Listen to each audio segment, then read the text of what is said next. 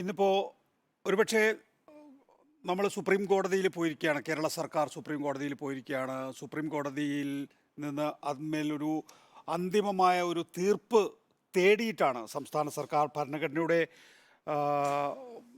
301 അനുച്ഛേദ പ്രകാരം ഒരു തീർപ്പിന് പോയിരിക്കുന്നത്. അത് 8-ാം തീയതി ഒരു സമരം നടക്കാൻ പോവുകയാണ്. കേരളത്തിൽ ഇടതുപക്ഷ ജനാധിപത്യ മുന്നണിയുടെ എല്ലാ ജനപ്രതിനിധികളും ദില്ലിയിൽ പോയി സമരം നടത്തുന്നു.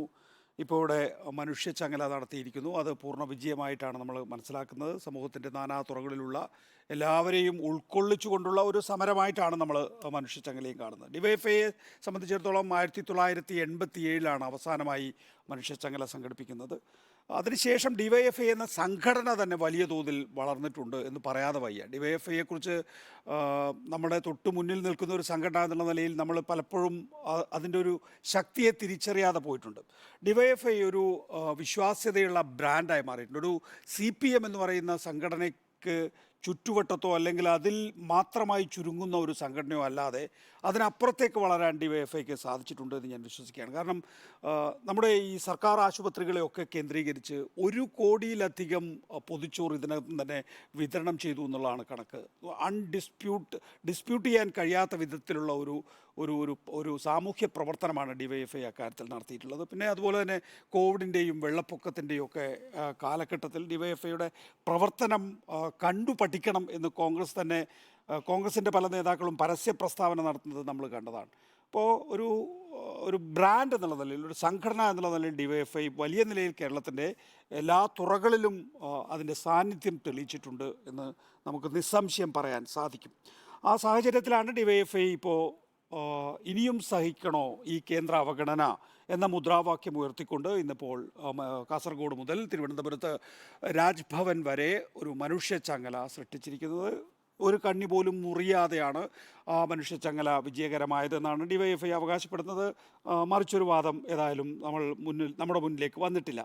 നമുക്ക് ഇതിനകത്ത് ഏറ്റവും പ്രധാനം, ഇന്നലെ ശ്രീ BV സുബ്രഹ്മണ്യൻ, ഇപ്പോഴത്തെ നീതി ആയോഗിൻ്റെ CEO ആയിട്ടുള്ള ആൾ, കഴിഞ്ഞ ദിവസം നടത്തിയിട്ടുള്ള അല്ലെങ്കിൽ അദ്ദേഹത്തിൻ്റെതായി പുറത്തു വന്നിട്ടുള്ള നിലപാടൊക്കെ നമ്മൾ കണ്ടിട്ടുള്ളതാണ്. 32% നിന്ന് 42% ഡിവിസിബിൾ പൂളിൻ്റെ ഷെയർ 32% നിന്ന് 42% നിർദ്ദേശത്തെ പ്രധാനമന്ത്രി നരേന്ദ്രമോദി എതിർത്തു എന്നുള്ളത്. അപ്പോൾ എല്ലാ തലത്തിലും ഒരു ഫെഡറൽ സംവിധാനത്തെ തകർക്കുന്നതിന് വേണ്ടിയുള്ള ബോധപൂർവമായ ശ്രമം 2014 ശേഷം ഉണ്ടാകുന്നു എന്നുള്ളതിൻ്റെ ഒരു നേർചിത്രമാണ്. എന്നെ അത്ഭുതപ്പെടുത്തുന്നത് ഈ BVR സുബ്രഹ്മണ്യത്തിൻ്റെ ഒരു നമ്മൾ പുറത്തു വന്ന ഒരു റിവലേഷൻ ഉണ്ടല്ലോ, ഒരു വലിയ ഒരു തുറന്നു പറച്ചിലാണല്ലോ നമ്മുടെ മുന്നിലേക്ക് വരുന്നത്. ഒരു മാധ്യമവും ദേശീയ തലത്തിലോ അല്ലെങ്കിൽ സംസ്ഥാന തലത്തിലോ അത് ചർച്ചയാക്കാൻ പോലും കൂട്ടാക്കിയിട്ടില്ല എന്ന് പറയുന്ന രീതിയിലാണ്. അപ്പോൾ ഈ നിലയിൽ നമ്മൾ സാമ്പത്തികമായി ചുരുങ്ങുമ്പോൾ അതിനോട് എനിക്ക് തോന്നുന്നത് നമ്മളൊക്കെ താതാത്മ്യം പ്രാപിക്കപ്പെട്ടു എന്ന് തോന്നുന്നു. അതൊന്നും വലിയ വിഷയമല്ല എന്നുള്ള നിലയിലേക്ക്, അതിനപ്പുറത്തേക്ക് ഒരു രാമക്ഷേത്രത്തിൻ്റെ ഉദ്ഘാടനം പ്രധാനപ്പെട്ട ചർച്ചാ വിഷയമായി, അതിൽ നിന്ന് നമുക്ക് പരസ്യങ്ങൾ കിട്ടുന്നു എന്നതിൻ്റെ അടിസ്ഥാനത്തിൽ അതിൽ മാത്രമായി നിലകൊള്ളാനൊക്കെ തയ്യാറാകുന്ന ഒരു സമൂഹമായി, ഒരു പ്രിമിറ്റീവായ സമൂഹമായി നമ്മൾ ചുരുങ്ങുന്നു.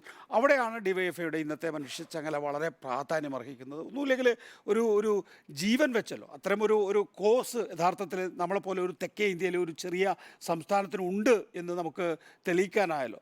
അതിന് എന്തെങ്കിലും ഫലം കിട്ടുമെന്ന് ഞാൻ കരുതുന്നില്ല. പ്രത്യേകിച്ച് ഇതൊരു പോളിസി ആയിട്ടാണ് പോകുന്നതെന്ന് 2014 ഈ സംഭവം തന്നെ തെളിയിക്കുന്നു. BVR സുബ്രഹ്മണ്യത്തിൻ്റെ ആ ഒരു ലീക്ഡായിട്ടുള്ള പ്രസംഗം തന്നെ തെളിയിക്കുന്നത് കൊണ്ട് തന്നെ അതിനകത്ത് എന്തെങ്കിലും ഫലമുണ്ടാക്കുമെന്ന് ഞാൻ കരുതുന്നില്ല. പക്ഷേ ആ ഊർജം മുന്നോട്ട് കൊണ്ടുപോകാൻ, അല്ലെങ്കിൽ ആ ഊർജം നമ്മുടെ സമൂഹത്തിൻ്റെ മുന്നിലേക്ക് വെക്കാൻ യഥാർത്ഥത്തിൽ ഡിവൈഎഫ്ഐക്ക് സാധിച്ചു എന്നാണ് ഈ മനുഷ്യച്ചങ്ങലയെക്കുറിച്ച് എനിക്ക് പ്രാഥമികമായി പറയാൻ.